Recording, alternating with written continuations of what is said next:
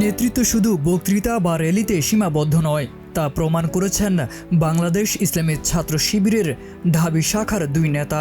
কঠোর পরিশ্রম, নিয়মানুবর্তিতা ও মেধার অনন্য উদাহরণ হিসেবে ঢাকা বিশ্ববিদ্যালয়ের সর্বোচ্চ একাডেমিক সম্মান ডিনস অ্যাওয়ার্ড অর্জন করেছেন শিবিরের এই দুই নেতা। 14 অক্টোবর ঢাকা বিশ্ববিদ্যালয়ের নবাব নওয়াব আলী চৌধুরী সিনেট ভবনে আয়োজিত এক অনুষ্ঠানে একাডেমিক এক্সিলেন্স ক্যাটাগরিতে এই সম্মাননা গ্রহণ করেন তারা। ডাকসুর ক্যারিয়ার ডেভেলপমেন্ট সম্পাদক এবং শিবিরের ঢাকা বিশ্ববিদ্যালয় শাখার ছাত্র আন্দোলন ও মানব সম্পদ উন্নয়ন বিষয়ক সম্পাদক মাঝহারুল ইসলাম পেয়েছেন একাডেমিক এক্সিলেন্স ক্যাটাগরির ডিনস অ্যাওয়ার্ড। ফেসবুকে প্রতিক্রিয়া জানিয়ে মাঝহারুল লিখেন, this is one of the most prestigious awards of my student life. একটা সময় ডিনস অ্যাওয়ার্ডের প্রতি ফ্যাসিনেশন কাজ করত, আজ সর্বোচ্চ ক্যাটাগরিতে তা অর্জন করলাম।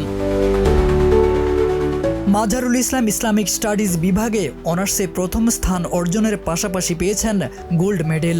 এছাড়া মাস্টার্সের প্রথম সেমিস্টারে সিজিপিএ আউট অফ 4-এ 4 অর্জন করেছেন।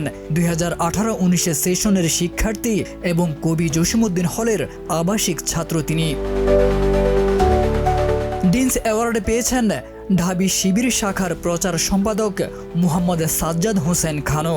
ফেসবুকে দেওয়া এক আবেগঘন পোস্টে তিনি লিখেন, নিম্ন মধ্যবিত্ত পরিবার থেকে উঠে এসে তার মতো ছেলের ঢাকা বিশ্ববিদ্যালয়ে পড়াশোনার পেছনে একমাত্র অবদান তার বাবা মায়ের।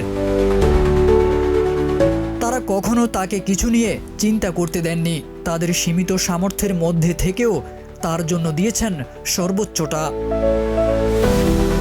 আরবি বিভাগের 2019-20 সেশনের এই মেধাবী শিক্ষার্থী স্নাতকে 3.99 সিজিপিএ পেয়ে বিভাগে প্রথম স্থান অধিকার করেন। বর্তমানে তিনি একই বিভাগে স্নাতকোত্তরের প্রথম সেমিস্টারে অধ্যয়নরত এবং বিজয় 71 হলের আবাসিক ছাত্র। এই সম্মাননা শুধু ব্যক্তি সাফল্যের স্বীকৃতিই নয়, বরং ইসলামী ছাত্র শিবিরের শিক্ষা ও সাহিত্য ভিত্তিক চর্চার একটি গুরুত্বপূর্ণ ফলাফল বটে। নেতৃত্বের পাশাপাশি পড়াশোনায়ও উৎকর্ষ অর্জনের এই দৃষ্টান্ত নতুন প্রজন্মের জন্য অনুপ্রেরণাদায়ক।